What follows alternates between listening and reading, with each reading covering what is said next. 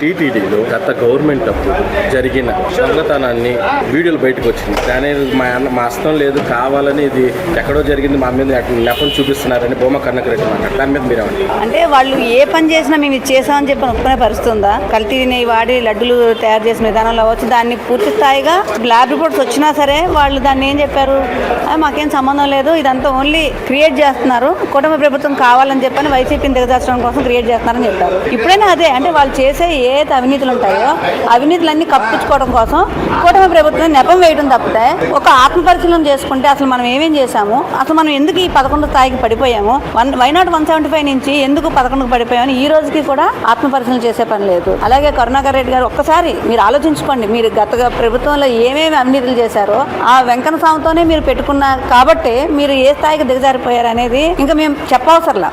చేసిన తప్పుల్ని సమర్థించుకోవడం తప్ప వాళ్ళకి ఇంకా వేరే ఆప్షన్ లేదు. పైగా ప్రజలు కూడా ఎలా ఉన్నారంటే వాళ్ళకి ఏదైతే అసంతృప్తి ఉందో అది ఓటు రూపంగా చూపిస్తారనే దానికి నిదర్శనమే మొన్న 2024 ఎలక్షన్.